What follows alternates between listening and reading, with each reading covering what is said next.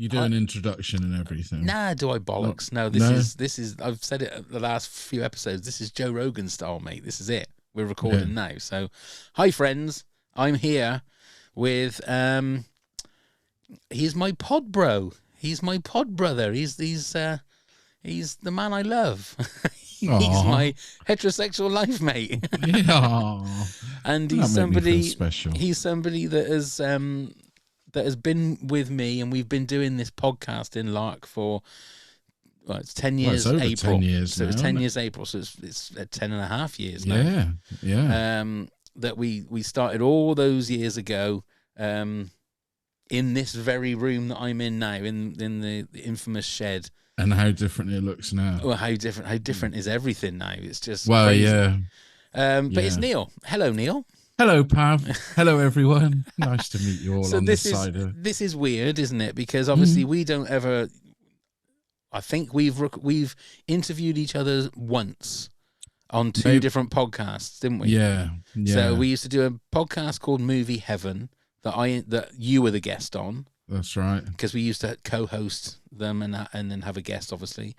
And then the Live at the Shed, which was the music one, you and one of our other co-hosts interviewed me. That's right. That's the only time I can think that we've actually sat opposite each other, as it were. I know this is virtual and we're next to each other, but I think that's the only full interview we've ever done, full-on podcast interview. Yeah, it's got to be.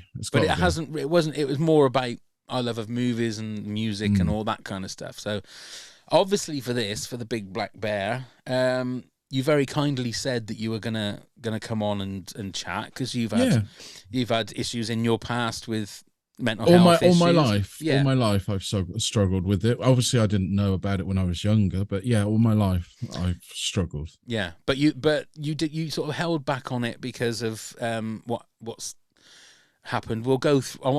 If you don't mind, I would like to go right from the start of this last year that you've had, because this last year that you've had, it's been trying. Very fucking hell, mate. Trying is to me, trying is a very British way of saying what it is that you've been through. I mean, let me explain to everybody what happened. Basically, I was a keen walker, and every night I'd walk the dog. So I'd go out with my little hat on that's got a light on the front and go for walks for miles, still in the dark. And I'd done this walk that I've done 1,000 times, and coming home with the dogs, I was coming down the dark, narrow lane, and a 4x4 came down the lane. So I pulled into the side, pulled my dogs back and waved them through, and we all waved. Everything was jolly. And my little dog moved, and I stepped out thinking everything was clear, but the 4x4 was towing a trailer. So I walked straight into the trailer, and it hit my knee on the side and basically dragged me down the road. Now, I didn't fall over. I hopped with the trailer down the road and managed to get off it. It hurt. Let's get that straight away. I didn't know that, I knew I'd hurt myself, but I didn't think I'd hurt myself that badly, because with the adrenaline, I put my foot down and walked back to the side of the road. How I did that, God only knows. That must have been adrenaline that done it. Yeah, it's got to have been. And then all of a sudden, you get that wave of nausea. The pain just went out of this world, and I literally couldn't put my leg to the floor. So the person I was with, I said, look, just hang on to me a minute, because I'm wobbling. I feel like I'm going to pass out. I've done something, and something bad. And they said, yeah, no problem. I said, well, just give me 5 minutes, because I've managed to walk. I'll get to the wall just down there at the road, and we'll sit on there. And they said, I don't think you will, but okay. And they stood there. And then I just couldn't do anything. I couldn't move. There was no tree to hold on to for them to go and get help or anything. Fortunately, they rang my dad, and he was at home, came and got me in the car, and hence went to the hospital. Subsequently found out that I'd broken my kneecap in 2 places, one on the inside, one on the outside, smashed the kneecap, and then laid up, and then was in hospital, in and out over Christmas, right into Christmas week. I mean, I was in hospital the 20th of December. This happened the week before Christmas, wasn't it? Just a bit before. So I'm nearly a year in when you get to, I think it's the 4th of December or the 5th of December. I can't remember. No. But so I was in and out of hospital with them deciding what to do, for them to decide that they were going to operate. Of course, it happened right when they decided to strike. I mean, I'm not judging them for that. That is what it is. So in the strikes, I went 9 days on a trot at home, fasting every day, waiting for the operation appointment to come through, for them to ring me the next day and cancel, and then tell me to prepare again from 6 o'clock in the morning, fasting. And that was 9 days on the trot. And then sort of about, when was it? It was the Monday before Christmas, because Christmas was on the weekend. I was taken into hospital due to have this major plate and pins put in my leg. And I was in there and prepped for the operation on the Monday. They said, sorry, we're not going to get the operation done today, but stay in overnight. We're going to do first thing in the morning. I had the worst night's sleep I've ever had in my life. Bless them. And they were so understaffed. There was, I had an old boy admitted he was totally dazed and confused, and of course soiled himself through the night and had all this trauma of that going on whilst, high on morphine to keep the pain down. It was bizarre. So I can't remember sleeping at all that night. Got up in the morning, was prepped for the operation. They come around, the surgeon comes around and sorts you out. And there I waited in my hospital gown. So then cut a long story short anyway, I was delayed then till the afternoon. The afternoon came round and I was taken down, taken up. And in the end, they cancelled again. And that's when the first wave of depression came in quite badly. I mean, I'm not a big crier, as you probably know, but that made me cry because I just had enough. I just wanted to be done, but I also didn't want to be in hospital for Christmas and miss all the family that were coming down. Yeah. And it absolutely devastated me. So I was left in the lurch, taken home. They said, you need to go home. It's Christmas week. We're not going to do it this side of Christmas. So I was brought home. And there I was, an invalid, and it struggled. So the mental health obviously took a kicking right through that period. So what had they done? Had they done anything to your knee? Was it in plaster? Apart from it was in a makeshift brace that just held my leg out straight, and then obviously on crutches, and I had to keep it elevated at all times. Then. Yeah. But no, they didn't. As far as I knew, they were still going to operate. So I came home, had Christmas. I don't remember Christmas a lot, obviously, for the painkillers. No. The only thing I remember, Christmas morning, get this. So the family all turned out, all my family, not into my house. I was still sat here. And I woke up with the worst earache you could imagine. I don't know why, don't know when, don't know how, but it was terrible. And I rang my mum and said, look, I'm really struggling.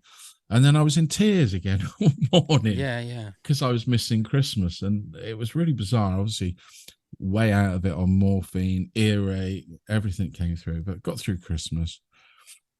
And then early January, I was taken back up to hospital. And this is when the consultant decided that they weren't going to operate. They wanted to let it heal naturally, because the advice they'd given me was that they were going to do a full knee replacement.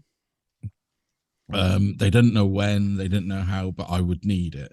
Yeah. And that's when the shit really started to dawn on me that, okay, how long is this going to take? So for 3 months easily, I wasn't allowed to walk on my leg, not at all, not put pressure on it, I had to keep it raised. And I became very isolated, but not isolated because nobody came to see me, isolated because I didn't want to see people. So my mental health took a real beating in these 3 months, like even probably a bit more than the 3 months. And I mean, I'm going to be candid about it. I really am. I'm going to say, because other people have probably gone through similar experiences or got to that level of depression. I've kept it on I won't show you it, but I've kept it on my computer. As I wrote the suicide note. That was it. I didn't want to be here anymore. I didn't want to do it. I just had no sort of sign of a way out. I just work, money, everything just piled on top.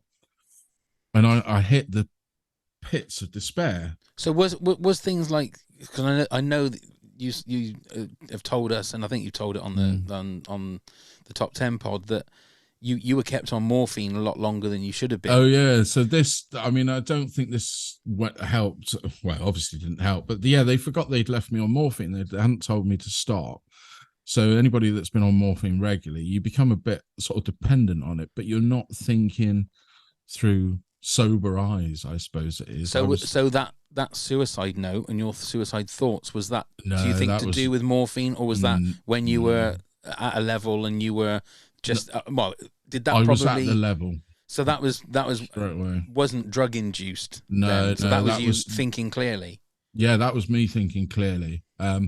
Like I said, I've struggled with mental health issues probably the majority of my life. I mean, I was diagnosed. They said I'd probably had it a long time, and I was diagnosed at quite a young age. And we're talking early secondary school when I was Right. had my first diagnosis. They And didn't is really there know what is was do you think that there was a reason for that, or that? No, it's I mean, it took them a long time. Now, I'm not going to tell people what I suffer with. I'm not going to go quite that No, deep no, and that's tell you. fine. Yeah.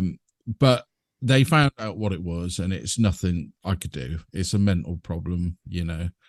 Um, yeah, it's cost me hospital time and everything like that. I say hospital, I say a home.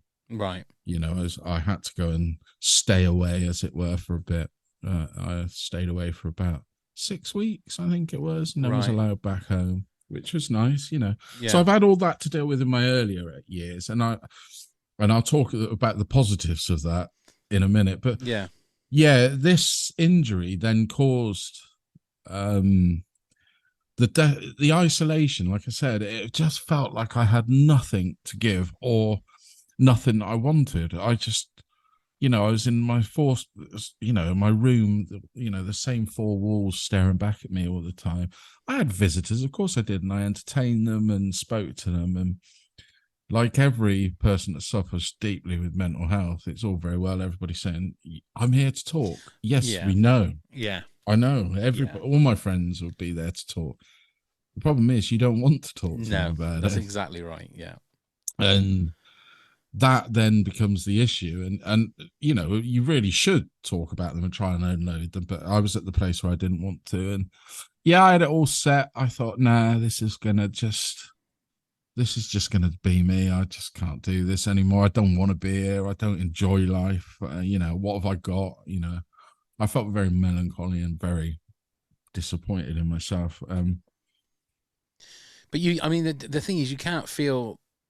Again, it's those things of people giving you advice when you whenever there's any kind of depression, people will always give you advice, and it's the kind of advice that you'll give to somebody, but you'll never take yourself. Exactly. It always does. And I mean, I don't talk.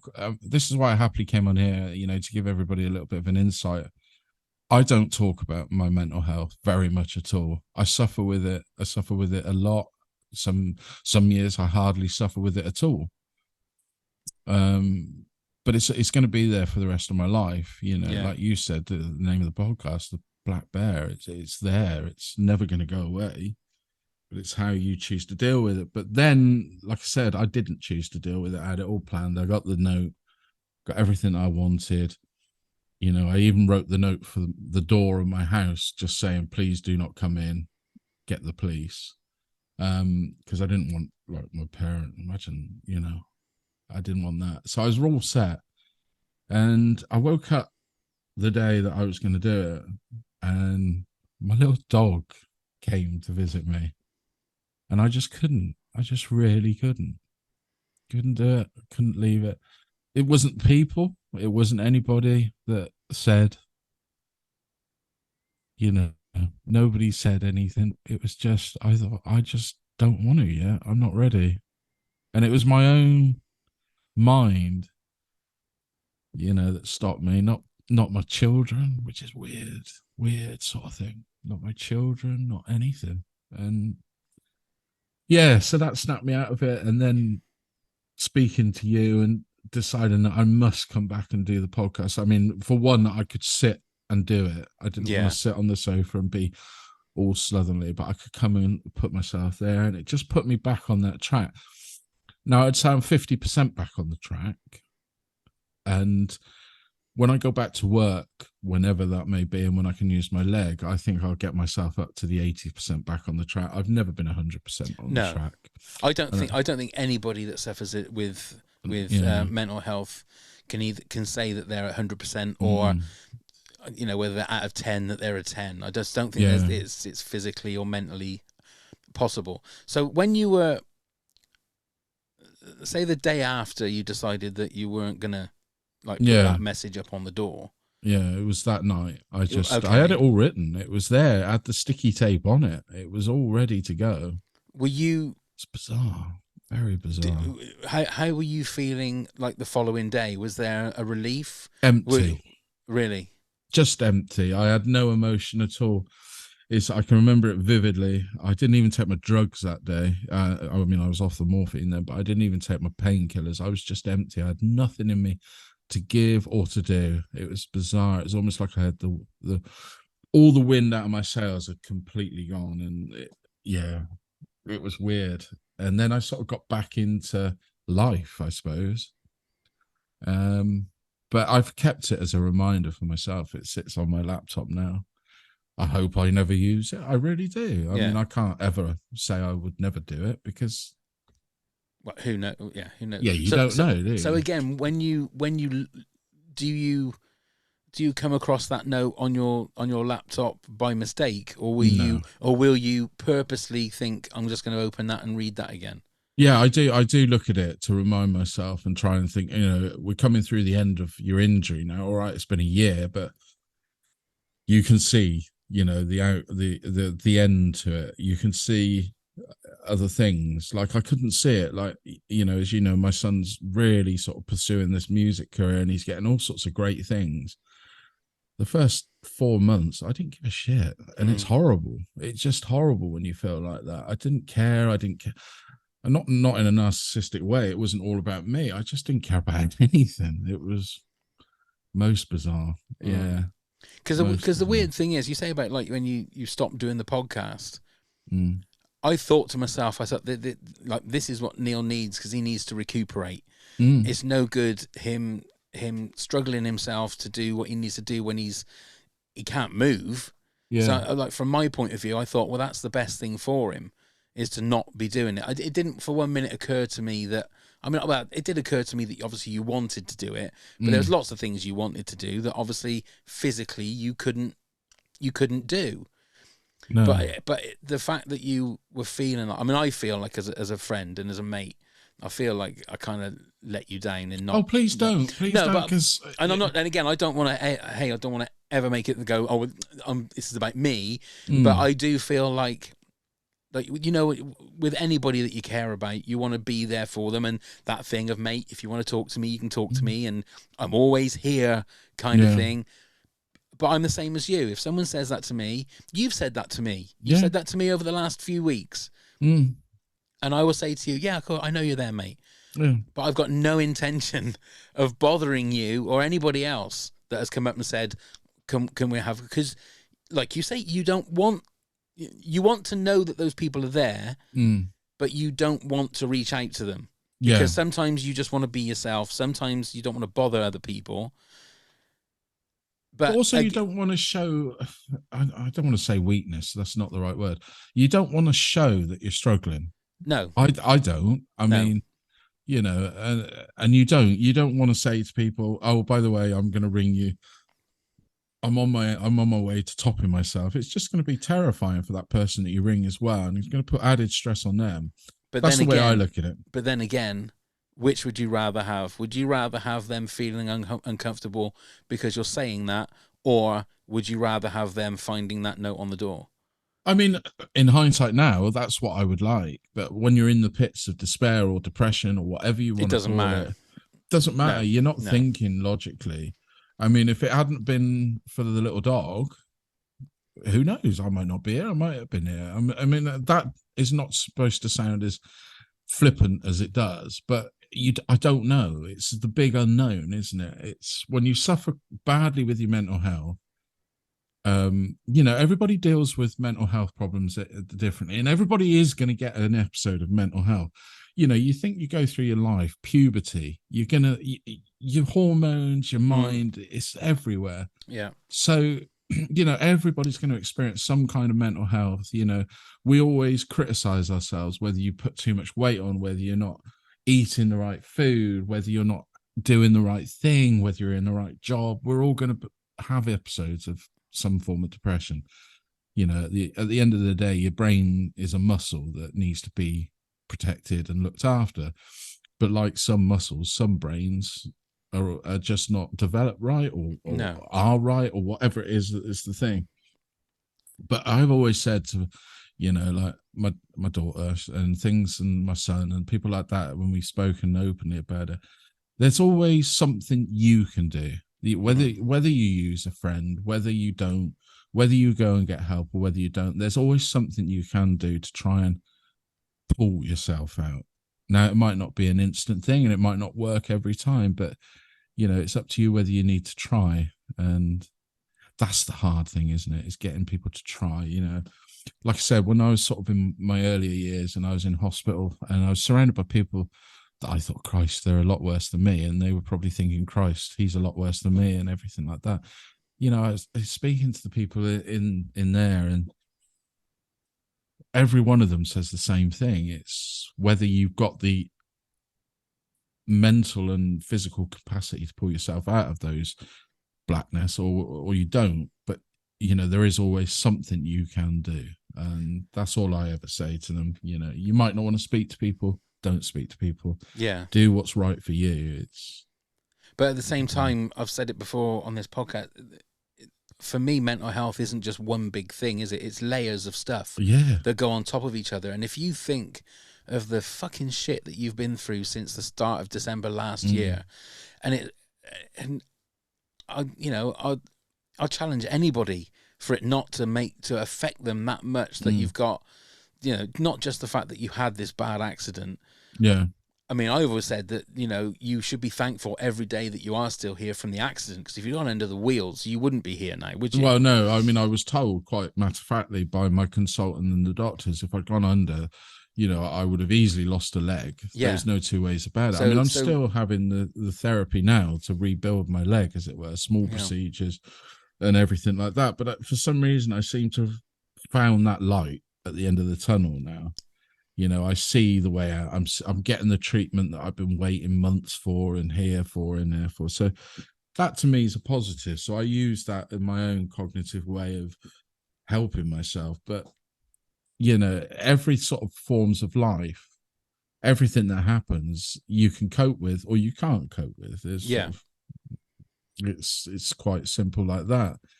And we all have episodes, you lose a friend, or you lose a loved one, you break up from a relationship, there's things like that. Something doesn't go right at work that can kick it off, or you just wake up in the morning and you don't want to do what you're supposed to be doing. Can make you feel like shit. But that's the thing. But over the last year, you've had 3 or 4 of those kind of things all happening to you, and it just adds the layer and layer and layer. But I was only saying this, I can't remember whether it was on a Grizzly chat that I do every so often, or I was talking to somebody, but I was saying that it when everything is really black, and I felt this numerous times, there always feels to be just that little chink of light, just that little sliver that is something to hold on to.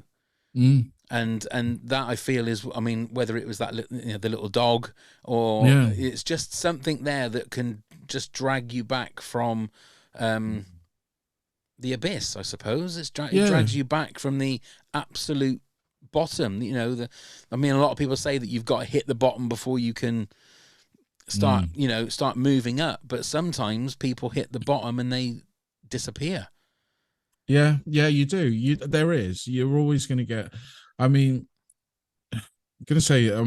talking about suicide, sometimes I think people hit that lowness, that's their only way out, and they can't find the way out, and they do it. And I'm afraid to say that when you hit that level, I don't think there's any saving anymore. I really don't. I think, they've made that decision, and it's a big decision, and it's, their decision, and I would never ever shout out at that person that they're selfish. That a lot of people say, well, that's very selfish on their families and friends. And I always think, well, fuck the families and friends. What about him or her that has been at that point and why they got there? So maybe a little bit of understanding to why they got there before you start saying, I hate that selfishness speak when people say it. But do you think that I mean, the way I look at it now, after speaking to you, I think if you've been somebody that has that letter in front of you, that is where you are literally on the doorstep of doing it, aren't you? You've prepared yourself. Yeah, because I think at the time, it's not like something I've thought about every year. It's just at the time I absolutely thought no way out. I was getting put to bed every night. I had to piss in a pot in my own bed every night. I couldn't get to the toilet. When the morphine was too much or when the drugs were too much, I was sat there, having to shit in a pot beside my bed and piss. And I just thought, I can't do this. No. I just can't. There's no, if I stay like this, and logically I knew I wasn't going to be, but of course. You don't think like that, do you? No, you don't. I thought this was it. This is my life now. Because again, I remember when you managed to be up and about on your feet, and then you bloody broke your toe, didn't you? Yeah. So just to add insult to injury. Do you know the funny thing there is that I actually laughed about that one. I bet you did. Because it's a good job you did, to be fair. Yeah, I mean, I was put on. I mean, bless them. The family helped me because I hadn't had a shower since December, and it was in January. And I really needed a wash. I was starting to smell myself, even though I was, washing out of a basin or whatever, thing. And I said to them, I really need just to get under a shower. I want to feel a bit fresher. And bless them, they worked so hard, and they put this chair in the shower for me and got me in, and I was sat on the chair and I had the hose and away I went. And I thought it was the best day ever, and I was having a lovely time, and I thought, actually, I feel 100% better. And all I did was shuffle myself in the seat because I needed to sit up, obviously, with the wet. I was sliding. And my foot slid straight out from under me and just clonked the metal rim of the shower. Ugh. But it had to be my good foot, didn't it? Yeah. And you sent me a picture of it, didn't you? And it looked fucking grim. Awful. It looked, it looked like you'd put your foot in a blender, is what it looked honestly, like. I've never seen blood like it. And I thought to myself, God, this guy just cannot get a break. No, I was starting to feel like too many breaks. Yeah, too many. Yeah, because then, I mean, obviously, so I would say like right past Easter was the worst time, and then I started to grow, and then the summer I sort of felt better because I could get outside and just sit, and then my own self was starting to feel a lot better. And then, as I said, I came back to the podcast, and I thanked you for it quite humbly, because you said you didn't do anything, but to me it was like nothing had happened, but we managed to have the banter, the chat, and everything else, and that was like gold dust for me. I appreciated it so much that's why I always thanked you for it. It was nothing that you thought you'd done, but it'd been miracles to me. Well, I mean, the thing is, it's strange because we've been podcasting together for so long now that it doesn't feel right if you're not doing it. Do you know what I mean? And as much as exactly like that. Yeah. Thank you to Loz, who's been on this podcast, and thank you to Ross, who's a friend of ours as well, that stepped in to your shoes. But it's never the same, because as far as I'm concerned, it's what we do. Do. Yeah, I understand whichever pod it is. So it just felt very, very. It just felt good for the soul. It cleansed me. It was needed, But it does, because I think we end up just chatting bollocks for an hour and a half or whatever. Yeah. And it doesn't matter what's on your mind in the real world. When you lock yourself away and you turn the microphone on, for some reason, all of that just fritters away. Yeah. And you don't think about it until you go back out into the real world, because you've had a nice couple of hours of just chatting about crap. And chatting about crap is great therapy. It really is. I mean, I love all my friends to pieces, but you have the certain friends that just, know about your issues and know about that. And straight away they come to you, how you doing? How's the mind? How's this? And I'm just like, you don't need to ask me. I'm fine. You'll know when I'm not all right because I won't talk to you. Yes, yes. And that sort of thing. It's and they, they mean well, but I'm one of these people that you have your problems, and and we all do, but it's up to you how you find solace in those. So whether your way out is whether it's social media or whether it's going to the pub, which I would never recommend because alcohol and that wouldn't be a great mix. But if you need to go and socialize or do anything like that, whatever is your thing to give you that glimmer of hope, go and do it. Because if it's going to stop you from essentially topping yourself, then do it. It's good, But I don't think. And another thing, I mean, this is just generically, and I'm a huge campaigner of this. Yes, we have ad campaigns talking about men's mental health and the high suicide rate in young males and things like that. And they should really be addressing and looking at those and whether there is anything more you can do. But like I said, if that one person is just that's their way out, we mustn't demonize them for doing it. No, we mustn't, and people do. And yeah, that's my big thing. I mean, twice in my life I've been that in that frame of mind, and both times there I've found my own way out, and I'm sure a lot of other people will. If people want to go and talk and do it, go and talk and do it. Go to your doctor if you start to feel low. There, you might not see them for 4 weeks, but still go and see them. Try and get in. There's a lot of charities out there that deal with a lot of this, and when I was younger, I used them a lot more, and they were fantastic. And cognitive therapy, a lot of people don't like it. A lot of people say it doesn't work, but I always say if you find the right way and what's right for you, it will work. Right. And it does work. Yeah. And I really do think that. I'm not a huge fan of getting together in a big group and discussing it. I don't like that. I'm not even a huge fan of the one-to-one, but obviously I have done that in the past and used that because I always find it's a stranger.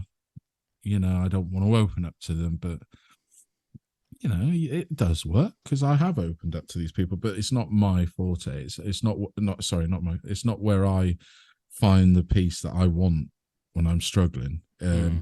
I use my own cognitive therapy, which I've worked out with the same doctor. Alas, she's retired now and I have to use somebody else, but I used her for a good 30 plus years and she helped me big time, and she helped me hugely with it.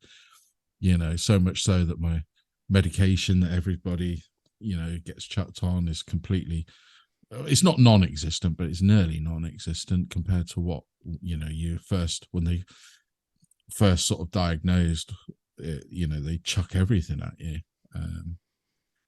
So when you said you felt like this twice in your life, in between the times, I have massive highs and massive lows. Yeah. And I just want, but obviously on the lows, that'll give you a clue to what I've been diagnosed with. You get massive. I mean, I was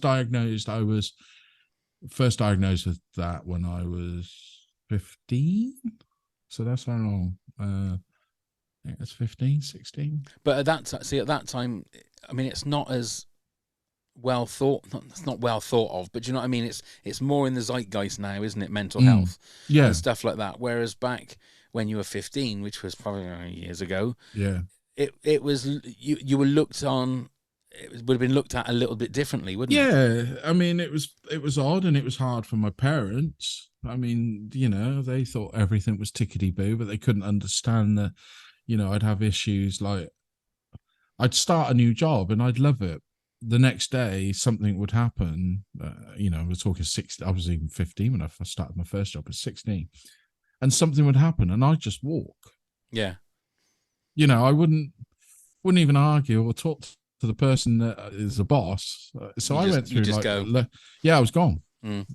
And then at that time, I can't remember a lot of it now because obviously a lot's passed. But I can remember walking. I couldn't stick at anything. I used to walk out of class at school, not be disruptive of anything. I'd just be like, I've just got to pop out, and off I'd go, and I wouldn't come back. I'd just go home. But see, then it ends up where, especially like when you're at school, Mm. In our time when you went to school, all of a sudden then there'd be a stigma about that, wouldn't it? And like the Yeah, kid that walks out of the school, oh, he's the troublemaker. He's yeah, he's the weird one. He's the the mental one. He's the that's crazy right. one. And Mm. it'd be just come that person would become stigmatized throughout all of their school life. I can Yeah, remember people that used to be like that. Whereas these days now, it would be clinically looked at. mm. And although I mean I suppose it was clinically looked at when when you were younger, Yeah. but I mean, I wasn't doing it. I mean, every lesson or anything. I think I did it no, twice in the school years. I mean, I did it more at the jobs because I couldn't get my head around certain things, and that was due to the depression or whatever it is, and I still struggle every day now. I can't get my head round. Here's something jolly, and I can't get my head round that why we should be working. I can't get my head round that. I still struggle every day. I think to myself, I don't want to work. I want to enjoy life. yeah, You get shipped off to school at 5 years old. So the first 5 years, fuck all about anything. You're just having a jolly time dribbling, drooling, and crawling. You get shipped off to school. I was never a fan of school anyway. It's like, I could nick the quote that my dad said to my grandmother, as she told me years ago, that his first day he came back, he said, yeah. She said to him, how was school? And he said, yeah, it's all right. Don't think I'll do it again though. That sort of sums Shocker. up. Yeah, it sums up that. And then I think, well, you go through school, you go through education, you either leave at 16 and get a job, or you go till you're 18 and go to university. So you're still in education. And then you go through your work life. Are you ever really happy with your job? They say there's no such thing as a perfect job. Probably not. No. I mean, I'd like to have a go at certain things, but probably not. You're not. And then you retire at 65, 67. Lucky you live another 20 years and you're dead. And I can't get my head around the fact of what a waste of a life. That's it. Yeah. We should experience everything in the world, multicultural things, and but I know obviously you can't live your life like that unless you win the lottery. Well, but there's some people that do have that kind of thought, isn't it? That they don't really care what they do, so they're just gonna travel on the wind kind of thing. Yeah. And I don't think I've got the mental capacity to do that. I kind of like to know where things are happening and things are going. Exactly right, because you get all the stresses of day-to-day life. You've got your bills to pay, you've got to put a house or a roof over your head, and you got to look after your children. And don't get me wrong, I mean, I love looking after my children and everything, but still at the back of my mind I'm thinking, wouldn't it be nice just to sweep your children up and go, right, we're off to Scotland today? Yeah, do you know what I mean? It just, that to me would be a lot more educational than learning about pi or whatever it is you learn at school. I mean, I've never used any of that, and everybody says the same, but I've never used any of it really. I eat a lot of pie. Well, yeah, there is. Yeah, I feel the same as that. And there's another, I mean, that leads me nicely on as well. I mean, I suffer, I get a lot of, I wouldn't say deep depression, but I get depression about my body weight. I fluctuate like you wouldn't believe. I can go up and down 2 stone in days. I feel like it's weird. And would I say I'm addicted to food? Yeah, probably. Yeah, and what a shit addiction, because you can't live without food. That's the thing, and it's socially acceptable. I've always said if somebody saw me shooting up in a restaurant, they would come out and slap it out of my hand. If they saw me eating 4 Big Macs. Yeah, they wouldn't think anything of it. They would say, "Oh, well, look funny, at that. Look at that. He's look at eating him 4 over of there. them. Yeah, Wow. he's eating 4 of them. Why? Thinking I'm probably on man versus food or something." Yeah, but they wouldn't come up and stop me. No. So it's a. And I find that part of my illness, because when I feel really low, I can eat. That's your drug, is it? That's Can be, yeah. I mean, that's your drug, yeah. I've got an addiction. I've got an addiction problem. I know I have. I can't drink. Not because I'm addicted to it, because I know I could become addicted to it. That's why I don't drink. You just got an addictive personality. I think that's a bit like I'm the same. And we've everybody spoken has about a drug. it before. Yeah, I struggle about smoking all the time. Really? All the time. Because I took that on as an escape when I was 14, I've never seen you smoke. Have you not? Well, I don't No. smoke. I haven't smoked in years. Right. I've got, I mean, I have a little, I don't even have the normal everyday vape. So I've got one of these little sucky thing for nicotine if I get really antsy. Really? I didn't know that. Did you not? No, I don't No. vape. Yeah, yeah. I But didn't that's realise you just to try. vaped I and mean, you didn't smoke. well, it's not really vape. It's not like go and get all these No, flavors. no. I'm taking a nicotine shot. I mean, I've had hypnotherapy to try and get me off of it. Didn't Bloody hell. work. See, look, even I've learned something new, Yeah, but listeners. then I don't smoke really. I mean, I've got where I've been out in my older life and have had a drink and got tipsy, and then yeah, the cigarettes go easily. Then Yeah. but another reason I don't drink. But it could be worse. I could be a drug addict. Bloody hell. Right. But So, that's what I find. Just quickly on that, yeah. just find with the mental health is your addictions. It affects me. In a low place, I will excessive. In a higher place, I'm all for not doing it. It's weird, and that's what I would say to a lot of people if they are struggling, they don't know what to do, and they're finding, all right, smoke. Let's take smoking. That's what they're puffing away, and it's fine, but just address it when you can, and then try and fight it. And that's where my cognitive therapy has really helped. I feel it always works best to look at those kind of things when you're on a high, when you're going up the roller coaster, than when you're coming down, because there's too much to unpack. I think there's too, don't beat yourself up about doing something that's bad for you when you're on a low, because if it's going to give you that little bit of escapism, all right, it's not going to be the first, it can be a double-edged sword or whatever, but just at that moment when you're at your lowest point, if that's what's going to help you, just do it. Don't listen to everybody saying you can't do this, you can't do that, you can't do this. Do what's right for you and look after yourself. Because you'll look at people, and I'm guilty of this, and I know everybody is. You'll think to yourself, oh, I wish I had that person's life. Their life looks perfect. Yeah. Right? Yeah. It's a book cover, isn't it? You don't know what's going on, but I would guarantee you that anybody will have that moment, and the big black bear will come and get them. That big black bear doesn't have to win. It really doesn't.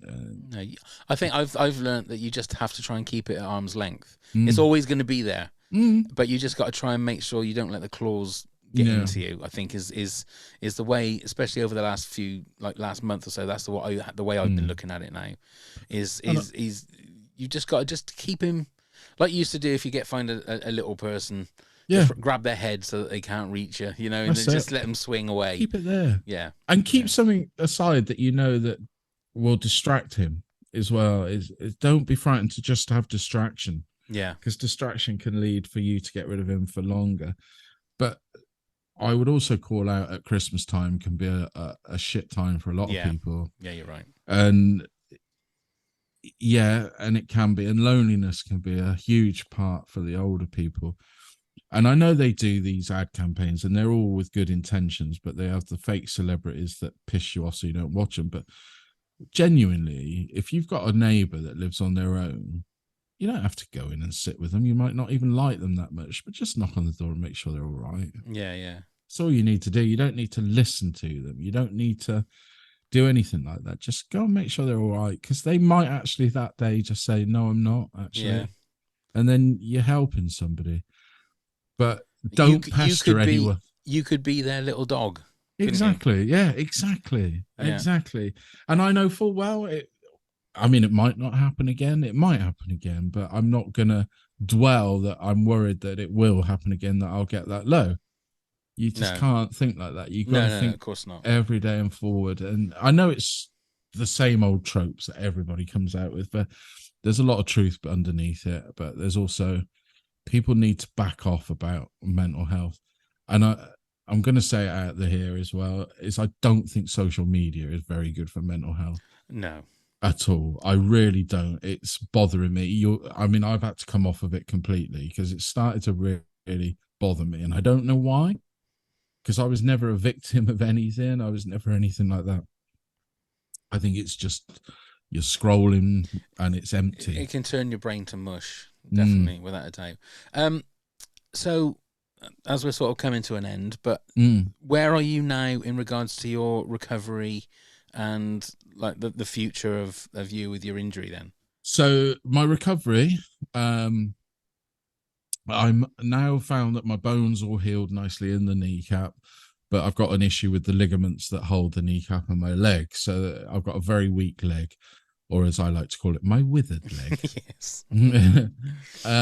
So I'm having a lot of intensive physio nearly every day, every week. I'm on new tablets. Got to have a couple of little procedures, nothing major. That's only like day things. I've got to have injections and all sorts, but I think I'll be back at work in the next 2 months. So that's great. That's a really, that's my target. Yeah, that's a really positive yeah thing. And this is where I've come to. I just hope anything anybody takes from this is you can hit despair, but you can get yourself out of it. You know, help from friends and family is fantastic, but you can get yourself out of it. Yeah. And you know, and I might be back, but like I said, at the moment I'm in a good place mentally. Yeah. I'm in a forgetful place mentally because of the tablets, like big time. Yeah. And I have other worries, but at the moment I just thought I'm in that place where I think, fuck it, you know, Christmas is around the corner. I'm going to enjoy this Christmas, because I didn't enjoy last Christmas because I didn't know it, I didn't see it, or didn't feel it. You know, I'm just going to enjoy this Christmas. I'm going to try to enjoy life a little bit. And well, if anyone deserves it, mate, it's you. That's for sure. Thank you very much. But I will also say to anybody out there who is listening to this and would like to ask any questions about, you know, like I said, I've been open but not deep open, because I don't want to go so deep. Yeah. But if they do want to ask questions, please feed them through to you and you pass them to me, and I will answer them honestly. And, you know, if people want to know certain things, whatever, I'm happy to answer questions. Can't say I can answer them with advice, but I can answer them. Yeah. Final question, which is the final question that I'm asking everybody. 2-part question. Question number 1. if you could go back to your 10-year-old self and give him one piece of advice, what would you say to him? Cool. What would I say to him? Don't worry about the strange feelings. Now I'm talking about mental feelings, not puberty feelings. Just you. Yeah, well, before anybody says. But do you know what I mean? Like, you're gonna feel odd growing up, especially with when you get all what happens to you throughout your life. Don't worry about it. Don't stress about it. Try to get rid of the worries. That's what I would say to myself. Just quite honestly, is, you know, here's a cliche. Life's a roller coaster. It certainly is. You know, and it is for everybody. And my 10-year-old self is say, try and find a career where you don't have to get your eyes tested, because that was another kick in the teeth. I always wanted to be a fireman. Like, that was my dream job. It genuinely was my dream job, and I got through all the physical and everything, and then failed the eyesight test, and I got booted it out. And I was thinking to myself, if I'd been a fireman now, I'd be retiring in 4 years' time. Yeah, there you go. Second part of the question. Yeah. 75-year-old version of you comes back to you now. What would you hope that he would be saying to you? You made it. Yeah? Yeah, just generally, you made it. Because, you know, I don't sit and, like I said to you before, I don't sit and dwell, but every time I think, you know, there's illnesses, there's problems, there's everything. But if I get to 75, I'll be happy. So I'd like him to come back and just say, you made it. Oh, mate. Well, this was a lot more honest than I was expecting. I must admit. With a lot of stuff that I didn't think we'd like be I said talking to you, you know, but I'm happy to bring out a side of me that I don't talk to very many people about it, but I just thought to myself, if it helps even half a person to know that they're not alone. No. Yeah, it's fine. I hope you know how much I love you, mate. I really do. No, I do. I really do. I really do. And it's we've said it a million times in regards to everything that we've been through over the last 10.5 years with we haven't laughed. I've never laughed as much with anybody that I've not laughed me. with you, And it still happens on the wonderful podcasts that we have. You know, the belly laughs that we get, and it's magical. This is therapy. Yeah. There you go. This is therapy. I'd recommend anybody that wanted to come and open up, come and talk. You, like you said, you don't have to say everything. No. But you might find it good. But it is good therapy. I mean,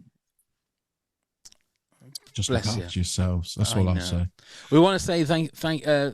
It's Merry Christmas to everybody. It is Merry Christmas on this topic. This will be going out on Boxing Day. So Merry Christmas, everybody. Let me just get through the gumph before we say a proper goodbye. But do. If you want to get in touch, please email bigblackbearpod@gmail.com. All the links for the podcast and YouTube and Facebook and the other social medias are all on the show notes. And if you enjoyed the podcast but you need some help now, then the Samaritans, you can call them in the UK on 116-123, and in the US it's 1-800-273-8255. That's 1-800-273-TALK, and the US suicide hotline is 988. Once again, Neil, I don't know what else to say, but have a lovely Christmas. There you go. Yeah. Oh, I hope you had a lovely Christmas. Yeah. And I love you, mate. I really do. I love you too. I love you. I do, genuinely. Yeah. Let's get married. Let's get married. Bye, friends. Yeah.